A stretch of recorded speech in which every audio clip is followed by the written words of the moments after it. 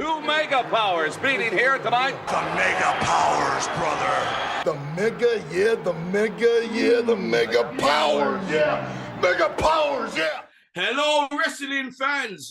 My name is called Magic J with the one and only hip hop original Scandoose, and we are the Mega Powers.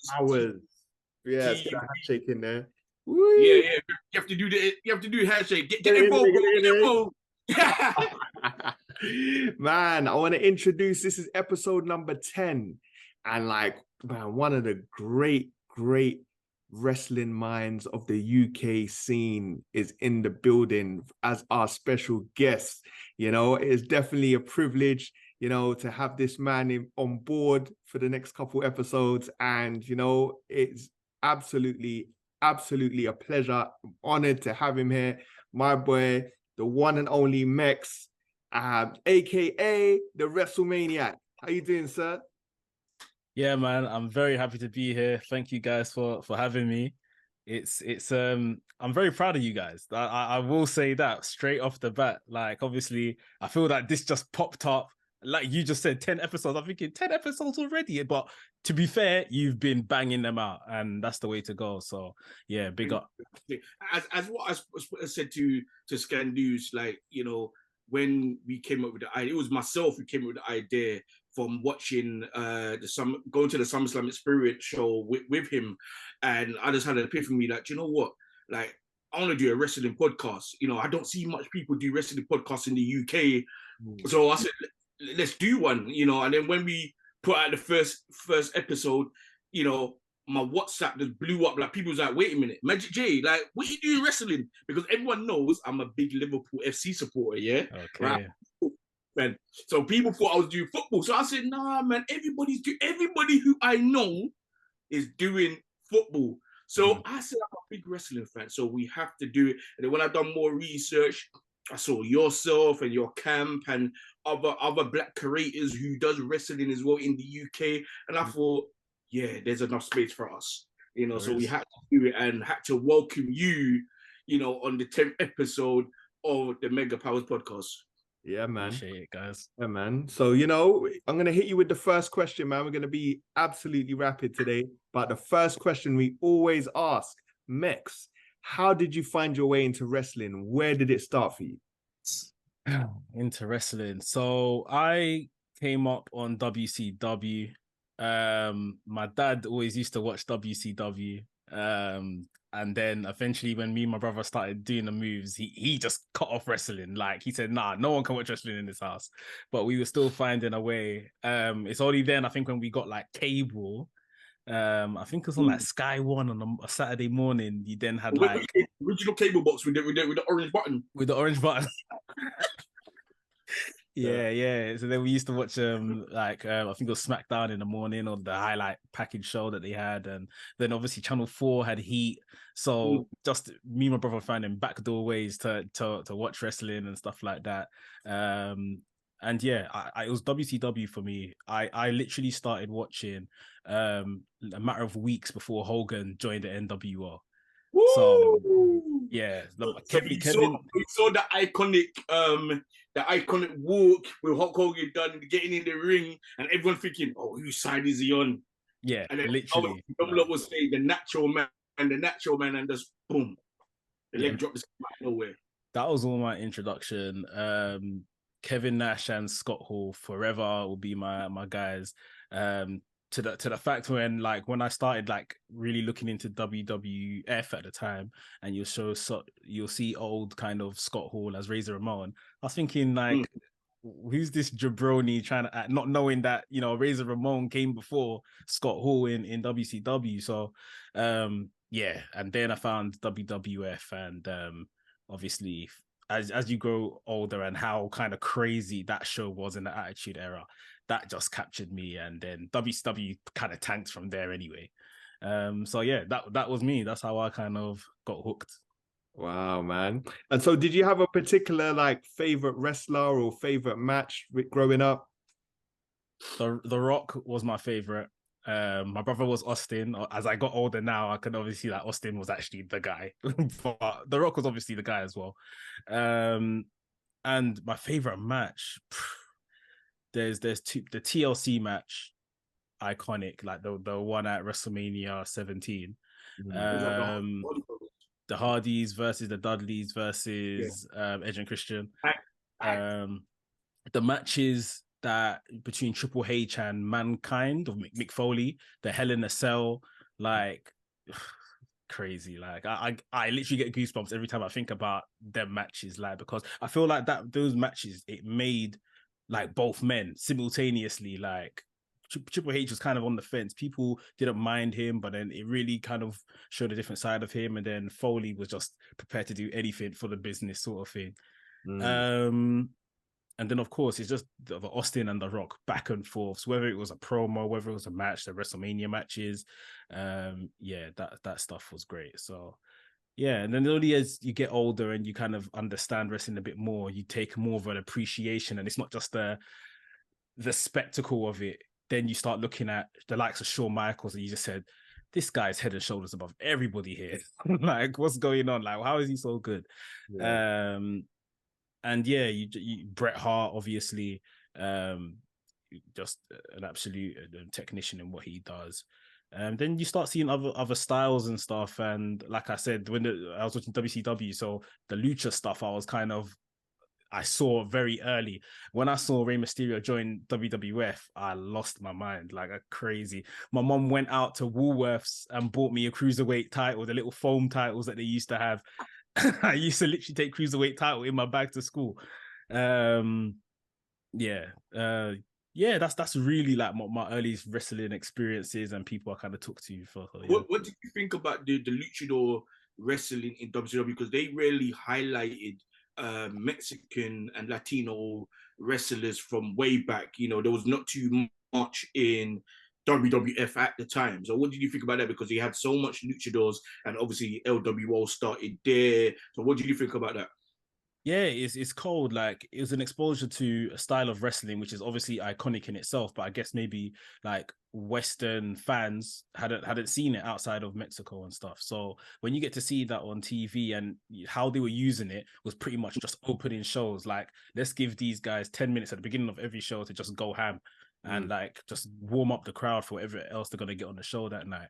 So it was just a whole different style, giving the quote unquote smaller guys a chance in a world full of the likes of Hogan's and Kevin Nash and these massive human beings. Like, so yeah, it was proper entertaining. Apart from Rey Mysterio Jr. himself, who was your favorite luchador in WCW? I've always had a soft spot for Liger. Liger's cool.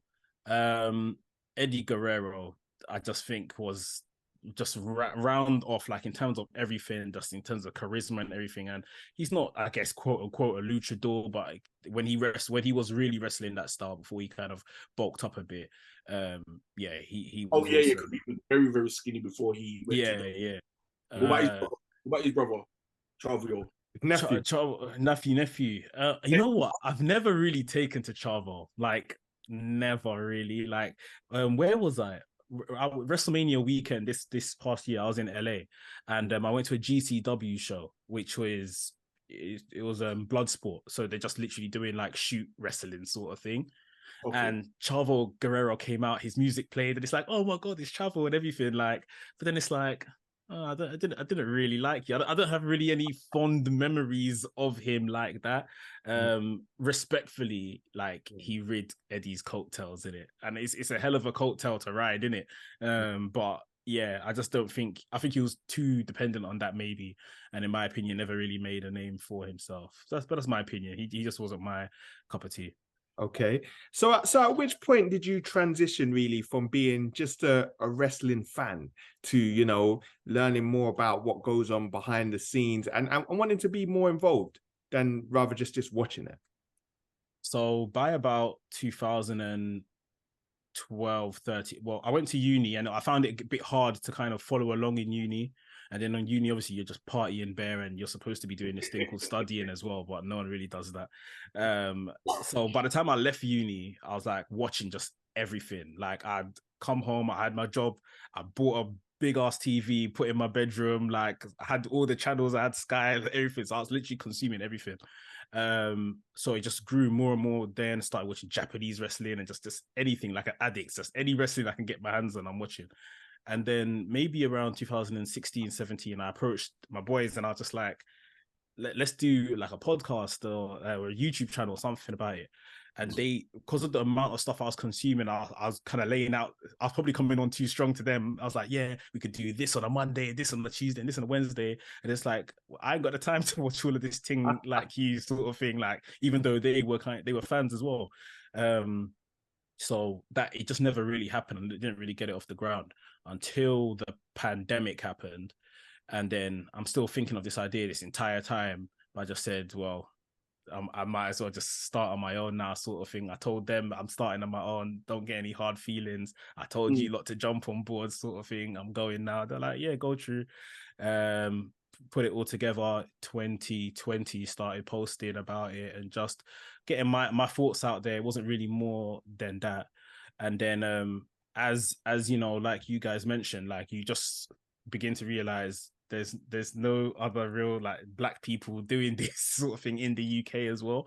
But all it is for us to kind of come out. Like, I guess you guys have come out now and you begin to slowly find your tribe and find those other faces like yours. And yeah, it just went from there. It just went from watching things to talking about it, to reviewing it, to making content about it, wanting to have other conversations, find the community to speak about it, because otherwise, like I say, I was just literally watching it in my room and having a great time watching it, and then having no one to turn to or call or text and just be like, oh, did you see that? Like, so yeah, you find your community and it just goes from there. I'm just very happy. Because the only person that I saw from a long time doing it, and me and Scan has spoke about this many times already, is Ace from BBC One Extra. I remember him doing stuff from way back, and I'm like, oh wow, he's that person on radio or doing a Zoom, and they're putting it on BBC. So for all of us to now come out the woodworks and say, yo, we are black folks, we are African, or we are Caribbean, and we love wrestling. That's amazing, because if Robbie from Arsenal Fan TV can do it for football, and then now he set the trend for so much other football, channels supporting their own team or coming together as one, why can't we do it? He's a big inspiration of mine. I'm happy you mentioned him. He's a very big inspiration of mine. I met him at like a black business convention or something like that. And yeah, I pretty much, he was probably why I started, because I looked at myself and obviously respectfully, I looked at Robbie and I said, this guy's probably the best part 40 odd or whatever the case is. Like, if he can do this thing, pick up a camera, him and his mate, and that's how they got started and just start creating content, there is no reason why I can't do this sort of thing, where I would say, I might be more tapped into social media and stuff like that, more so than he is when he started, at least. So yeah, so meeting him, I got to meet him and then I showed him my stuff as well. And I remember when I met him, I was talking about, well, how do you kind of get the exposure? And like BT Sport at the time, obviously at TNT now, are doing a lot of the WWE stuff in this country. How do you kind of go and kind of meet these kind of people and get in the same rooms and stuff like that? And he looked at my stuff and he was just like, why are you interested in getting in the room with them when you're doing it already on yourself, sort of thing? And I said, that it's true.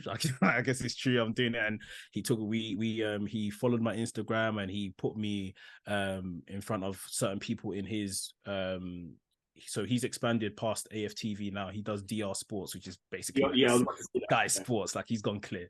So he kind of put me in touch with some of his like videographers and other people in and around him that like watch wrestling as well and stuff like that. So yeah, it's just meeting these people and just knowing that you can do it at the same time. Like, you don't need a machine behind you, so to speak. No, that's true. That's very true, man. So what's the origin of the name WrestleManiac? Where did that come from? There's no real origin. It's just like I said, it's just the maniac of it. Like, cartoons, man, and the maniacs, man. Well, there's that, and obviously you just want to be I want people to know like what this is from the jump in it. Like you're not gonna see that name and think of anything else is happening here apart from something about wrestling in it. So I just thought, yeah, that's it. That's who I am. Like I told you guys, it's the amount of content I was consuming as well. Like I was at work, literally I was on my phone. I've got the brightness down low so no one can walk past and see what I'm watching, and I'm literally just watching show after show after show after show. Like, so yeah, that's all it came from. Man, so at what point did you get to actually watch wrestling in the flesh? Like, what was that experience like for you? You know what? It's funny because obviously here in the UK where we have the indies and we're just exposed to WWE like twice a year when they come here, maybe to do a live event or something like that. And I remember even when I started watching wrestling, like I say, like watching indies and stuff, other stuff I was consuming, I come across like British indies or like even stuff like Ring of Honor, early Ring of Honor. I would just be such a snob towards it. Like, this isn't WWE or WCW. Where are the bright lights? Where's the ramp? Where are the pyrotechnics? Like, it hasn't got anything like that. I'm not watching this. And then you go to an actual indie show and you see it's literally like that. Like someone gets punched and you're sitting front row, second row, the sweat is going on you. Like it's absolutely crazy. But it's like, then I just got an appreciation for this is where people begin. Like the people we're watching on TV now, this is where they started, sort of thing. More so than anyone that made me kind of get that appreciation was Bryan Danielson, Daniel Bryan, obviously WWE people. Like watching him in Ring of Honor and just taking to his style, seeing him in Japan. And then I thought, okay, like he's one of the best, sort of thing. And he came from these little dingy dungeon places that I don't want to know about. So I'll give the indies and stuff a chance because this is obviously where it's happening. And then, yeah, so I started going to the UK indies and stuff like that. Just the Progress and the Rev Pros. Yeah, and some other kind of smaller ones. But yeah, those are the main ones we get in this country that I've been to probably more often than not. Wow, man. So obviously in recent years, you've gone to WrestleMania, so the biggest of the big now. Yeah. What was that experience like was that a lifelong dream or? Yeah, to be honest, it only became like a dream like in recent times. I never thought of it before because I just think it's one of those things you just always think is a bit unattainable. Like, especially as a child as well, like living in the UK, you're thinking, how the hell am I going to get to WrestleMania? But yeah, being able to go this past year, it's incredible. You walk into the stadium and you almost lose your breath, sort of thing. I'm an Arsenal fan, so I remember when and I'm like I lived in Highbury for a very long time, so like going to the old Highbury Stadium. And there's like some flats on it from a primary school. Some of our friends used to live in those flats, used to sit on top of the flats and see into Highbury and everything like that. And then obviously there was a long period we had Emirates Stadium. I remember walking to the Emirates Stadium first time, lost my breath. Literally just like, this is what my little club has become. Look at this. And then it was pretty much the same feeling I got when I walked into SoFi Stadium earlier this year for WrestleMania. It's just the show that these lot put on, like that's why they say it's like akin to like the Super Bowl and all of them kind of things, because it's just different level. It's literally like it's more so than a show than a wrestling show. Like they're just proper trying to entertain, like even stuff that's not quite televised and they're doing in the ring and stuff beforehand. Like it's proper crazy. So I'll definitely I've told people that aren't WWE fans, in your lifetime, when you're a wrestling fan, get yourself to a WrestleMania. Like it will be worth it 100%. Wow, man. So you've also had the opportunity to interview wrestlers. Like, what was that experience like? And how did that come about? So obviously working with, you guys know Skillet. Skillet, I guess, is everyone's big bro in this. Again, one of these people that have kind of paved the way and laid foundations for everyone to kind of come through. And so through either going to indie shows and making connections and doing wrestlers, I guess, on a smaller scale through the indie shows, to doing stuff with the BBC One Extra team with Skillet and Ace, and I went to Cardiff Clash at the Castle and interviewed Damien Priest, Bianca Belair, Gunther, Ludwig Kaiser, Sheamus. Finn Balor was the only one that I'll hands up and say I bottled that interview. And that was the first one I got opportunity to. But that was like a fanboy moment for me. Because again, I've been watching Finn Balor since like 2012 or something like that. Yeah. So to kind of see him, and I was just thinking, no, I can't do it. I remember I passed the microphone back to Skillet. I said, I can't do this. I just need to watch this one. But everyone else, I feel super comfortable with, and people are super cool. You know, as long as you know you're coming, and I think people like that. You know your stuff, sort of thing.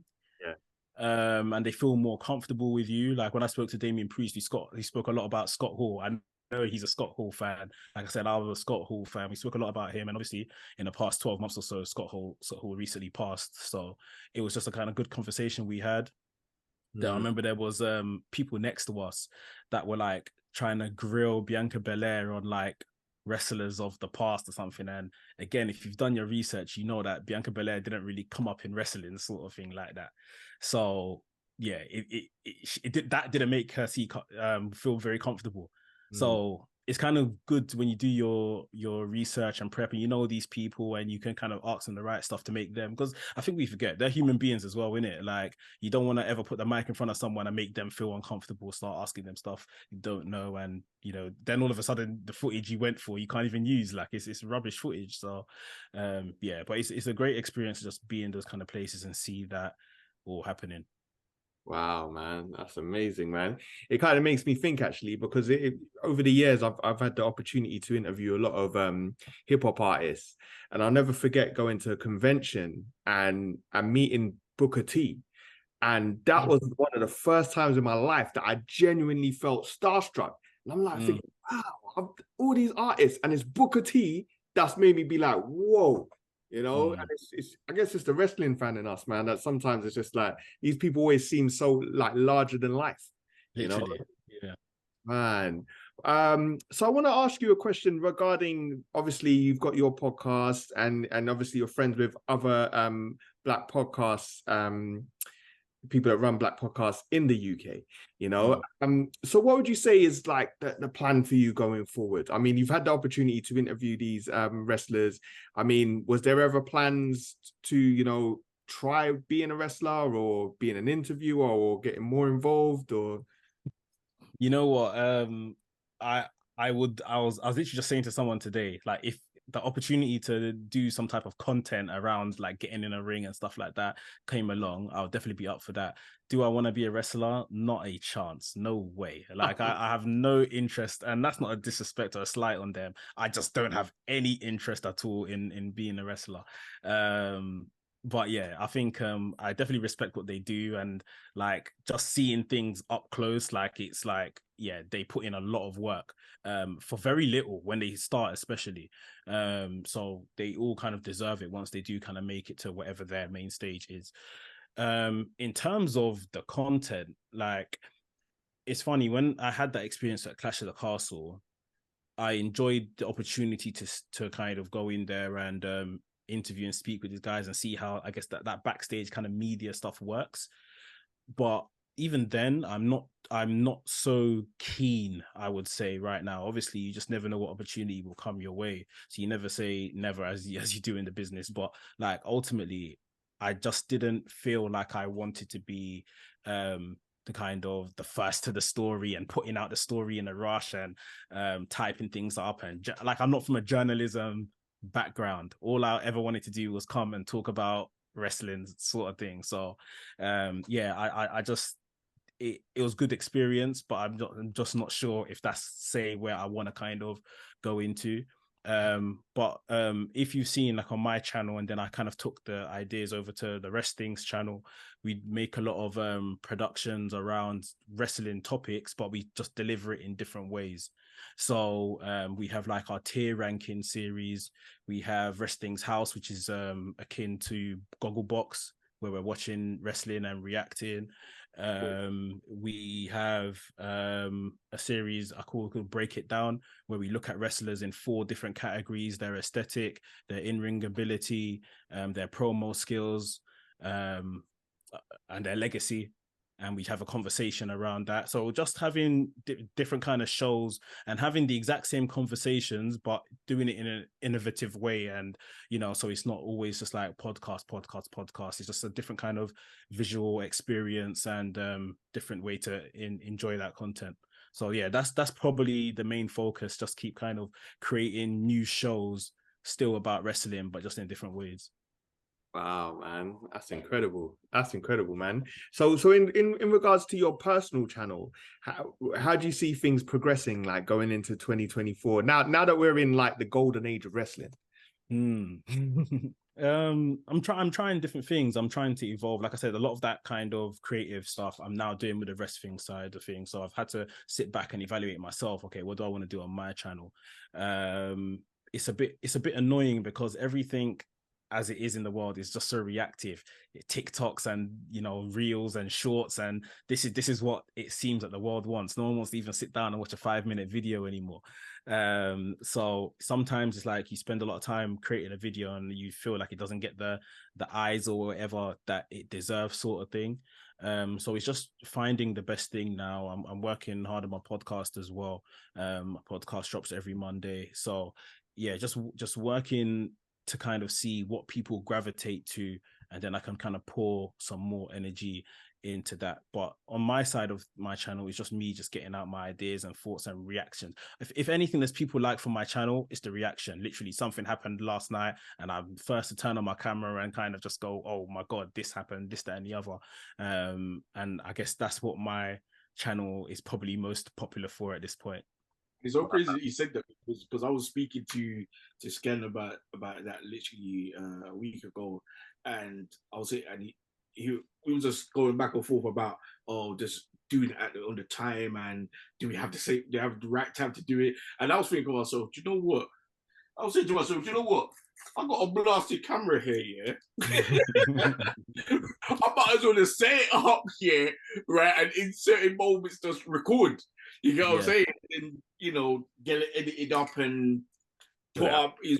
But what you're doing is so amazing, and for us, we do this weekly. So because we do this weekly, we just got all the rundown from Raw, NXT, shows, SmackDown, AEW, Collision, Rampage, and so forth. So what you're doing inspires me, because we literally spoke about it. I mentioned it to him exactly what you're doing, but I never saw what you're doing. I just thought, what should we get quick reactions of But yeah, I commend you.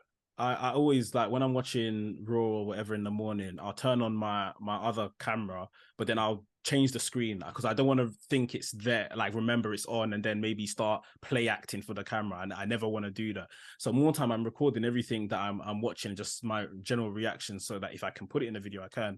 And obviously a matter of weeks ago, The Rock returned. And I'm sitting with my 2 kids, and I'm like, "Oh my God, The Rock!" And my son goes, "Oh, who's The Rock?" sort of thing.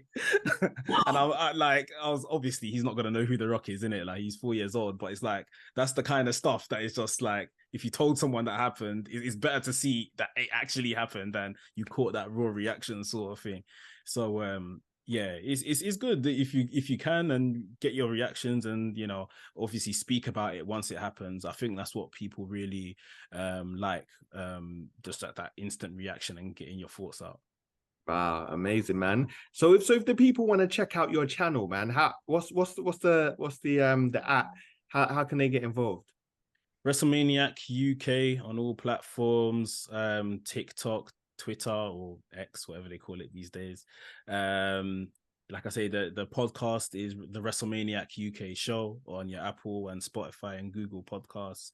Instagram is WrestleManiac.uk. And yeah, if you want to see, like I say, more kind of artistic put together productions of wrestling content, then that's Wresthings. That's where you catch all that kind of stuff. So yeah. Amazing, man. Wow. So this was the official introduction to Mekz, the WrestleManiac.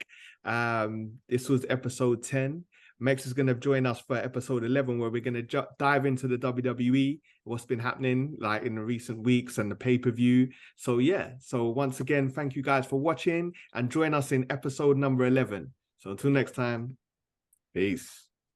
Two mega powers meeting here tonight. The Mega Powers, brother. The mega, yeah, the mega, yeah, the mega powers. Yeah. Mega powers.